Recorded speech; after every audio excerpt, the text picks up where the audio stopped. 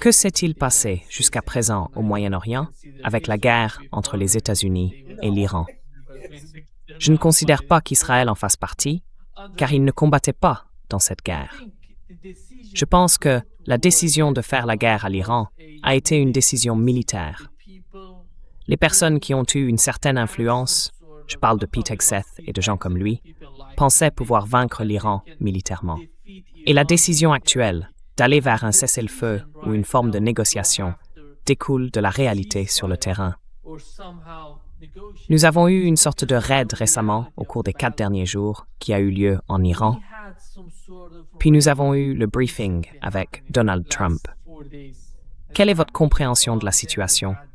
Qu'est-ce qui s'est passé sur le champ de bataille pour les amener à des négociations ou à un possible cessez-le-feu?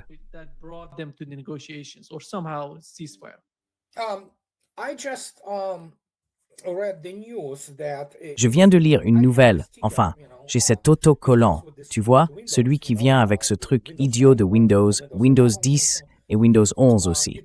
Il affiche ce fil d'actualité MSN et je le lis. Oui, peu importe ce que c'était, MSN News ou quelque chose comme ça, il y a maintenant des critiques au Pentagone, des critiques de M. Hegseth. Et puis bien sûr, un nouveau scandale est en train d'éclater. En gros, le Pentagone dit qu'il a menacé le pape, qui est d'ailleurs le premier pape américain. Donc oui, il faut comprendre qui est Hegseth. Il n'a pas de véritable formation militaire. Le ROTC, ce n'est pas une vraie formation militaire. Il n'a jamais dépassé la mentalité et le niveau de connaissance d'un commandant de peloton. Au mieux. Je ne sais pas.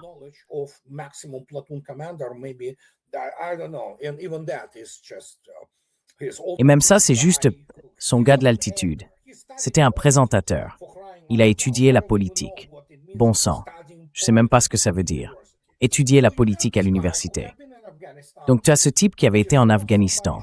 Il a vu quelqu'un se faire tirer dessus à distance, tu sais, une balle de calibre 5,45 ou 5,56 qu'il a touché, peut-être que quelqu'un a lancé un RPG ou autre.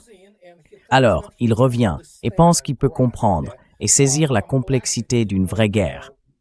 Qu'on ne te tire pas dessus avec des armes légères, mais quand tu as toutes sortes d'obus, de 100 à 1000 livres d'explosifs puissants, qui volent vers toi presque tous les jours. Qu'est-ce que tu crois qu'il arrive aux gens? Ils meurent. Ils sont traumatisés par les bombardements.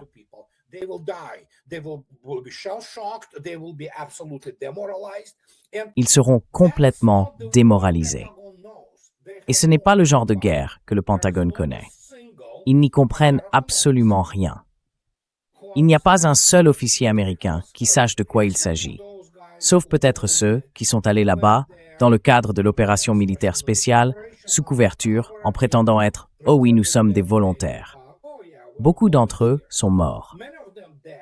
En réalité, les Russes les ont maintenant identifiés, même au cimetière d'Arlington.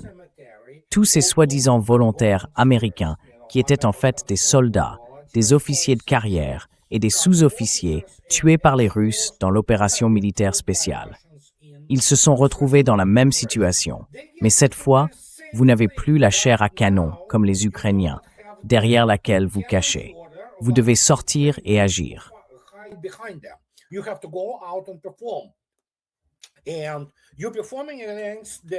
Et vous vous mesurez à quelque chose qui n'est pas l'Irak. L'armée irakienne est, vous savez, pathétique comparée aux capacités iraniennes actuelles. En conséquence, il y a maintenant de la confusion au Pentagone.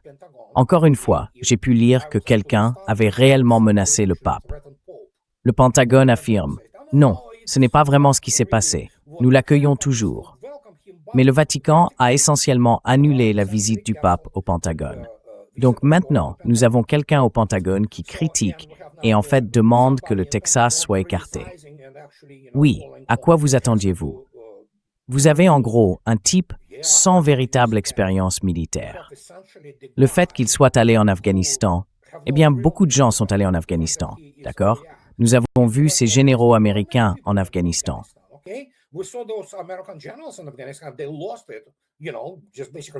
Ils l'ont perdu, tu sais, pratiquement dès le départ, parce qu'ils ne sont tout simplement pas bons. Et donc, C'est ça, le facteur de séparation dans la guerre. Et je comprends, c'est une position plus politique. Le problème, c'est qu'à cause de cette histoire à son sujet, tu sais, ils vendent toujours ça. Oh, je suis un vétéran d'Afghanistan ou je suis un vétéran d'Irak. Et ce sont bien des vétérans, c'était des gens qui y sont allés et ont vécu ces choses horribles que toute guerre ou opération policière de haute intensité peut imposer.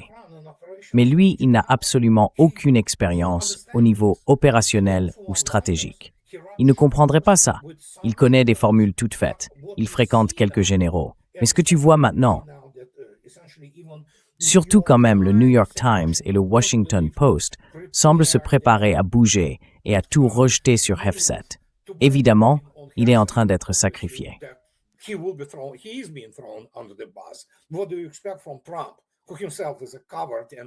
Que peut-on attendre de Trump, qui est lui-même un lâche et un animal politique, se comportant maintenant comme une collégienne gâtée, lançant des insultes? Et quand on regarde ça, c'est juste, je n'arrive pas à comprendre. C'est ça, la prétendue superpuissance. C'est un pays du tiers-monde. Enfin, le pire du tiers-monde. Il y a des pays du tiers-monde dont les élites politiques se comportent avec plus d'honneur et d'intégrité. Vous voyez? Et tout cela, c'est parce que l'Iran a en gros enfoncé le dernier clou dans le cercueil de l'Empire américain et de l'Occident en général. Ils doivent vivre avec ça. Et oui, franchement, les États-Unis ont été exposés comme un tigre de papier militaire. Et nous ne parlons même pas d'Israël.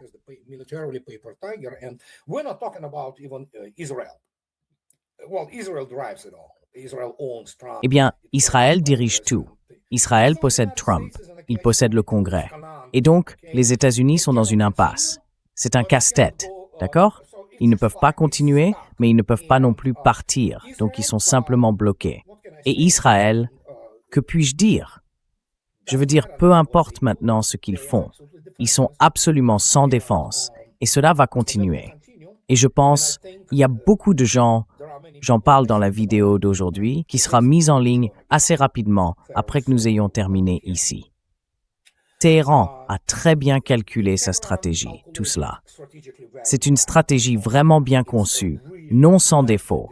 Évidemment, on ne peut jamais, vous savez, comme l'a dit Mike Tyson, ton plan est bon jusqu'à ce que tu prennes le premier coup de poing dans les dents et ensuite, soudainement, tout tourne très mal.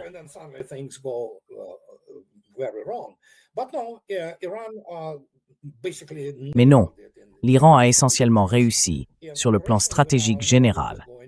Et sur le plan opérationnel, nous savons maintenant ce qui se passe. Donc les États-Unis, leur soi-disant cessez-le-feu, ne durera pas, je pense. Et une fois qu'il reprendra, peu importe. Nous l'avons vu nous-mêmes aujourd'hui. Même lorsque l'Iran a déclaré qu'il rouvrirait le détroit d'Ormuz à 15 navires par jour, cela n'a pas eu beaucoup d'effet sur le pétrole, car les dégâts catastrophiques infligés à ce qu'on appelait autrefois l'économie mondiale sont déjà faits. Et on commence à voir ces manifestations de panique, ce désordre dans l'Occident réuni. Et Trump, c'est son œuvre. Eh bien voilà ce qu'on obtient quand on est la marionnette d'Israël. Essentiellement, un gouvernement fasciste qui rêve, vous savez, du grand Israël. Ils ont échoué et ils ne le supportent pas.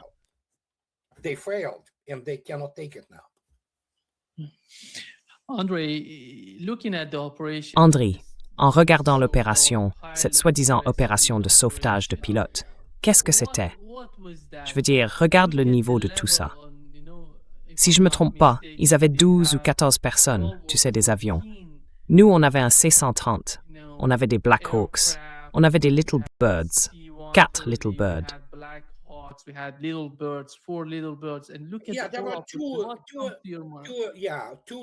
Oui, il y avait 2 C-130J, spécialement conçus pour l'insertion des forces spéciales. Non, je veux dire, je ne vois pas comment on peut appeler ça un succès. D'abord, on ne sait pas, ils essuyaient des tirs.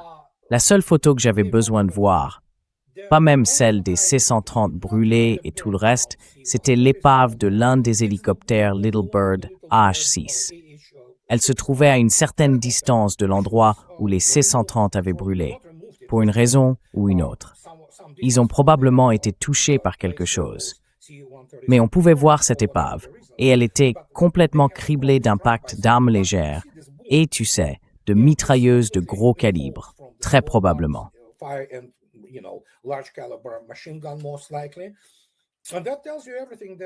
Donc cela te dit tout ce que tu as besoin de savoir. En gros, parce qu'ils ont effectivement retiré ces Little Birds. Ils ont probablement essayé de les utiliser. Quoi qu'il se soit passé ensuite, soit ils ont été abattus, soit, une fois posés, ils se sont retrouvés immédiatement sous un feu très nourri. Ont-ils eu des pertes là-bas? Ont-ils eu des morts au sein des forces spéciales? Probablement. Ils ont sans doute récupéré, évidemment, les corps de leurs camarades. Quel que soit le moyen d'extraction utilisé ensuite. Mais oui, c'est une catastrophe. C'est un désastre total, tu vois. Et quand tu regardes ça, tu te dis « Oh mon Dieu, si tu veux me faire croire que c'était une opération réussie, alors je suis chorégraphe chinois. » D'accord?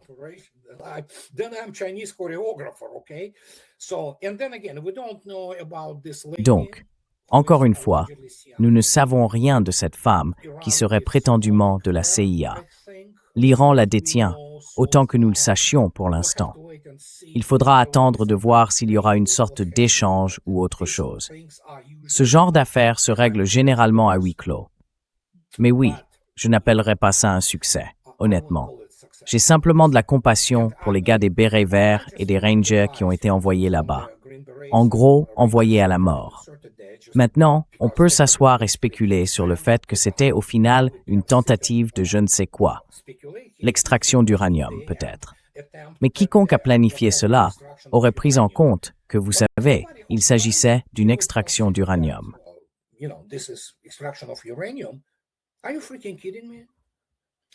Tu te fiches de moi? Ils pensent encore qu'ils affrontent une sorte de force achetée par les Irakiens ou quelque chose du genre. Les Basijis se sont immédiatement jetés dans la bataille. On peut voir une vidéo d'eux. Ils ont leurs gamins qui courent avec eux, tu vois, et ils portent des fusils. Ça te dit tout ce qu'il faut savoir sur les Iraniens. Je ne sais pas qui a planifié ça. C'était probablement sous une certaine pression politique. Et ils ont dû sacrifier leurs gars, les commandants d'élite, en gros, avec un courage incroyable. Et ils les ont quand même envoyés là-dedans. Je ne sais pas. C'est tout simplement inimaginable.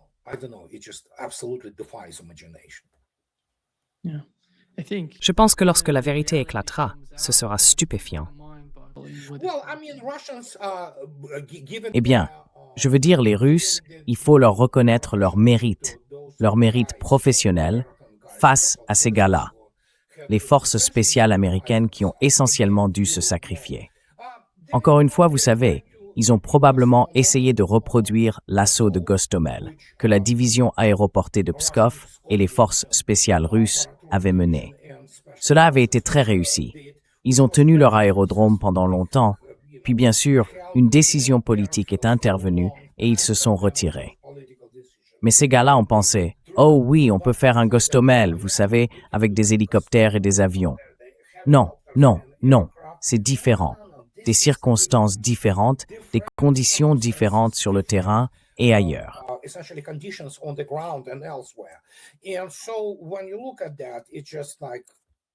Et donc, quand on regarde cela, c'est un peu comme si quelqu'un pensait pouvoir extraire 450 kilos de cette installation nucléaire qui se trouvait elle-même à plusieurs kilomètres de là. Ça n'a tout simplement aucun sens. Vraiment? Donc oui, les Iraniens ont cette installation à Ispahan et il y aurait soi-disant une porte avec un panneau indiquant « Voici 450 kilos d'uranium, sans force spéciale ni garde pour la protéger. » Jusque type ordinaire. Cela défie l'imagination, ne penche les sens militaires.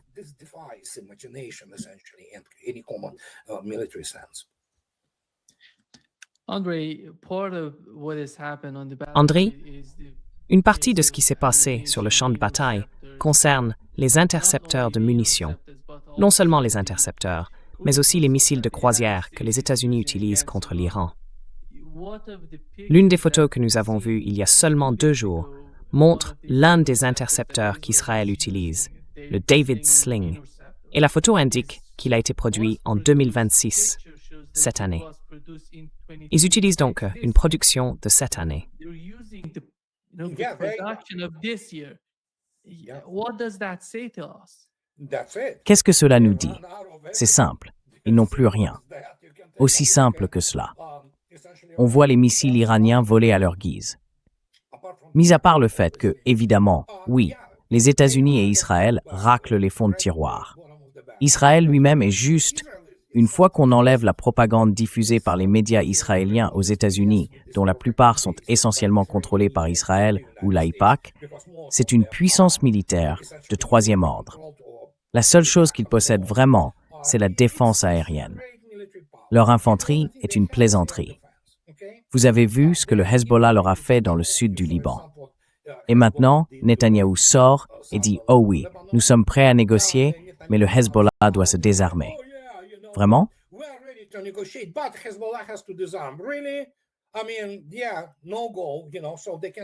Je veux dire, oui, non, ça ne marche pas, tu vois? Donc ils peuvent continuer à faire ce qu'ils font jusqu'à ce qu'ils en manquent complètement. L'économie israélienne est pathétique. Tu sais combien d'acier ils produisent eux-mêmes? 300 000 tonnes par an. Tu sais ce que ça veut dire? Pour te donner un exemple, la Russie produit 236 fois plus d'acier, environ 75 millions de tonnes aujourd'hui. C'est en gros un pays du tiers-monde, tu vois? La seule chose qu'ils ont, ce sont des armes nucléaires, essentiellement volées aux États-Unis. Et qu'ont-ils d'autre? Ils ont leurs idées. Le défunt colonel Long, il a servi à la Defense Intelligence Agency et était vétéran de la guerre du Golfe, a communiqué avec le consulat de Tzahal.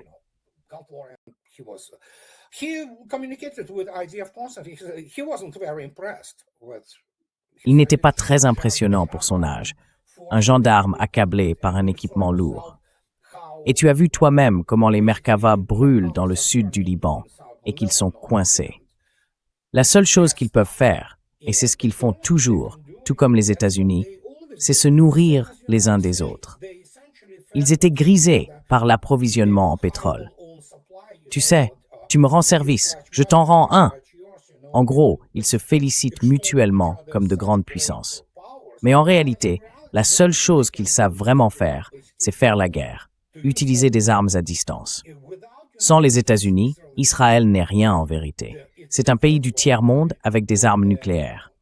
C'est à peu près tout, militairement, industriellement et autrement. Et donc, en conséquence, le bluff a été démasqué. Et encore une fois, on assiste à une implosion totale de tout cela.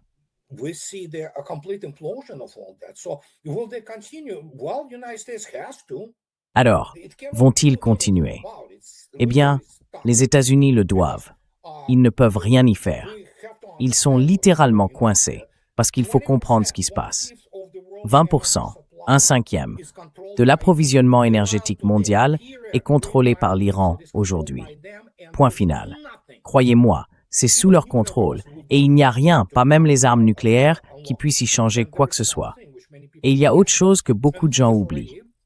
Comme on l'a déjà dit, nous sommes face à l'Iran, nous allons l'affronter. Il y a le détroit de Bab el-Mandeb, la mer Rouge. Regardez combien d'échanges commerciaux y transitent.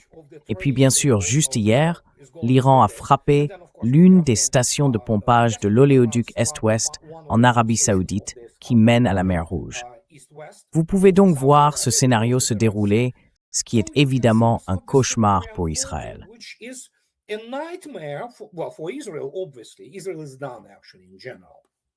Israël, c'est fini, en réalité, en général. Et pour l'administration Trump, pour les États-Unis et pour l'Europe, c'est terminé.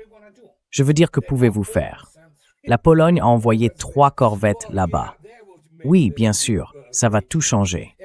Et voici le problème auquel personne ne prête attention et qu'il faut soulever. Je vais devoir faire une présentation spéciale à ce sujet. Où est la marine américaine?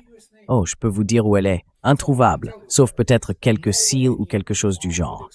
Et évidemment, il y a les sous-marins à propulsion nucléaire qui, du fait qu'ils sont des sous-marins, ne peuvent pas être détectés par les forces iraniennes.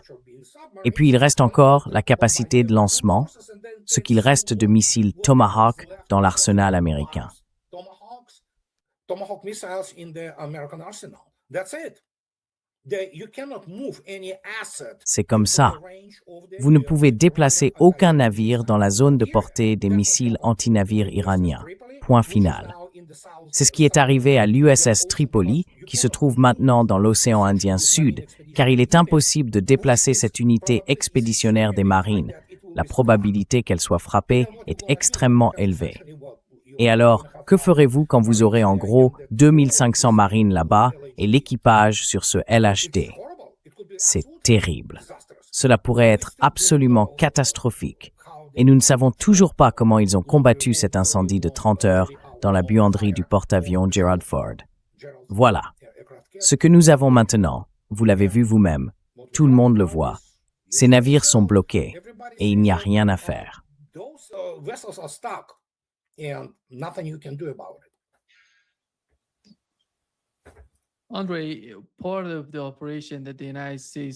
André, une partie de l'opération que les États-Unis menaient au Moyen-Orient concernait, tu sais, le détroit d'Ormuz.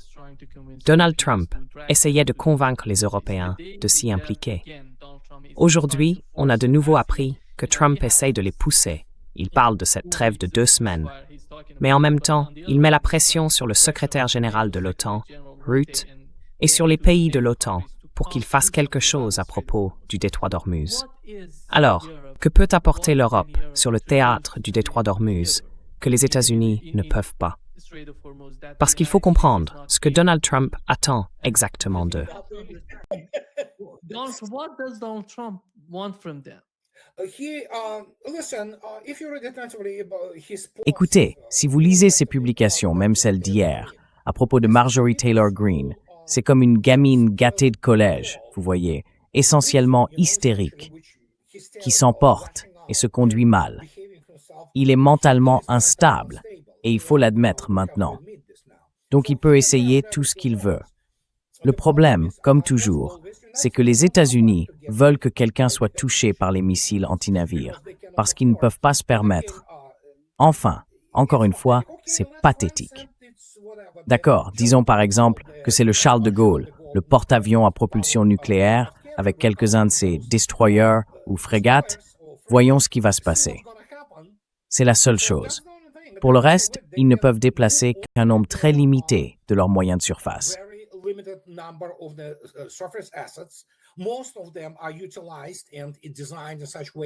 La plupart d'entre eux sont conçus et utilisés de manière à être équipés de systèmes de lancement vertical MK-41, chargés des mêmes Tomahawk. Ils disposent de quelques missiles anti-navires. La plupart sont subsoniques. En fait, ils sont tous subsoniques. Alors faisons-le, tu vois, et voyons ce qui se passe. Je suis presque sûr que les forces iraniennes salivent à l'idée de voir apparaître dans leur ligne de mire un destroyer ou quelque chose du genre, pour ainsi dire. Quant à Trump, il essaie essentiellement de se cacher derrière le dos de l'OTAN, les soi-disant alliés à bord de ces navires. Mais ces navires, eux non plus, n'ont pas envie de mourir, tu vois. Donc, chacun d'eux est en réalité une bande de criminels, et j'en parlerai aussi à un moment donné.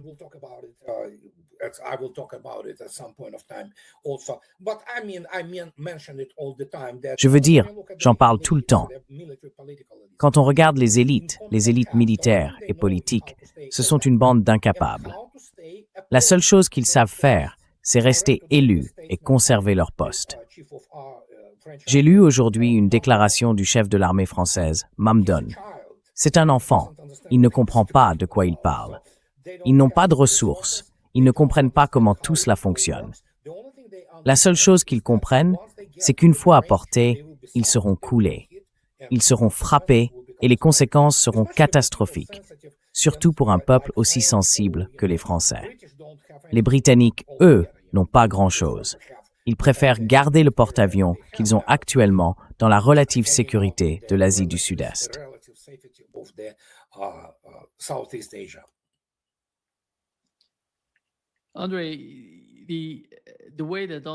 André, la façon dont Donald Trump parlait de la guerre, il a dit qu'il allait mettre fin à une civilisation, en l'occurrence l'Iran, qu'il allait l'anéantir. Quand quelqu'un comme Donald Trump publie quelque chose de ce genre, qu'est-ce qui se passe dans sa tête? Pense-t-il vraiment que même l'usage d'armes nucléaires peut détruire une civilisation. Can destroy a civilization. Uh, It's so You childish. have to understand. First, we have to understand the ceasefire for which United States D'abord, was il faut begging comprendre le cessez-le-feu que les États-Unis imploraient. Les États-Unis supplient l'Iran depuis le 16 mars. C'est pour ceux qui ont la capacité d'attention d'un poisson dans un aquarium. Les États-Unis ne disaient pas simplement « Oh oui, faisons ça, c'est bon ». Non, ils suppliaient depuis le 16 mars. Et c'est d'ailleurs le titre de ma vidéo d'aujourd'hui qui apparaîtra après celle-ci. Elle s'intitule « Impératif ». L'Iran a émis 10 points pour les négociations pour une raison simple, qu'ils soient rejetés. Ce sont de très bonnes stratégies. C'est très similaire à la déclaration de la Russie en décembre 2021, qui était elle aussi impérative, à prendre ou à laisser. Pas du genre « on va y aller, on va continuer ». L'Iran est prêt. Et c'est tout le propos. L'Iran peut l'assumer, ils peuvent continuer.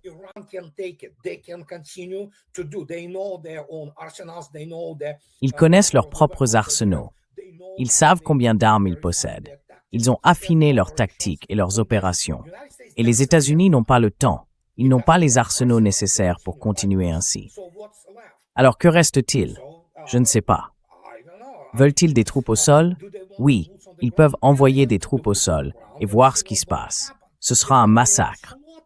Nous en sommes là, avec Trump désespéré et complètement hors de contrôle. Il ne peut pas maîtriser ses accès de colère. C'est un narcissique, un égocentrique, un maniaque mégalomane. Nous voyons maintenant les premiers signes évidents de démence. Mettez tout cela ensemble et vous obtenez un mélange mortel. Une personne qui n'est pas normale, qui ne peut se concentrer sur rien, qui ne comprend pas ce qu'elle veut.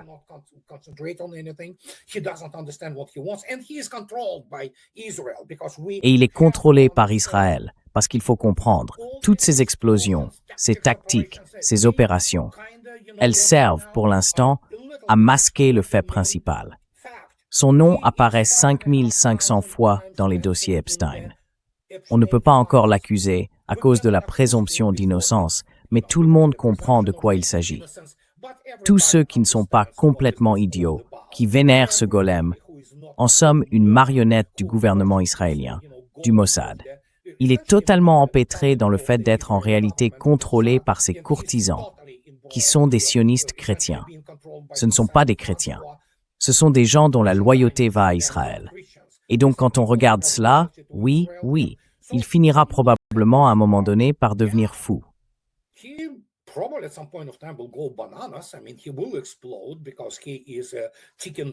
Je veux dire, il va exploser parce que c'est une bombe à retardement. Et que fera-t-il? La seule chose, probablement la grâce salvatrice ici, c'est qu'il est aussi un lâche. Nous savons maintenant que c'est un fait établi. Donc, quand il menace de détruire une civilisation qui est plus de 20 fois plus ancienne que les États-Unis en tant que pays, il ne sait pas de quoi il parle. C'est sa réaction pathétique, hébétée, d'un gamin gâté d'âge mûr qui s'emporte. Et comme l'a dit Michael Brenner aujourd'hui, le merveilleux Michael Brenner, l'un des rares véritables penseurs profonds du monde universitaire américain, il a écrit que les États-Unis se sont moralement avilis, complètement. Ils se sont totalement avilis. Ils n'ont plus aucune moralité, aucune autorité morale sur quoi que ce soit. Ils ont participé à l'atrocité et au génocide à Gaza. Ils ont participé aux crimes de guerre en Ukraine. Et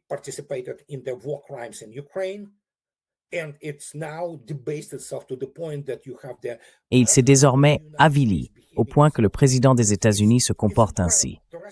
C'est incroyable. Le reste du monde l'a remarqué. C'est une honte nationale, une humiliation nationale. Et il peut dire ce qu'il veut. Pour lui, ce cessez-le-feu est en quelque sorte un moyen de se sortir du coin de diarrhée verbale qu'il a créé quand il a dit « Oui, nous bombarderons l'Iran jusqu'à l'âge de pierre. Nous détruirons la civilisation. » Et devinez quoi? Vous oubliez autre chose. Il a traité les Iraniens d'animaux. La fonction présidentielle des États-Unis a été humiliée et avilie. C'est un véritable zoo. Et c'est douloureux pour moi de le dire, car j'ai vécu aux États-Unis pendant plus de 30 ans et voir ce que le pays est devenu est incroyable.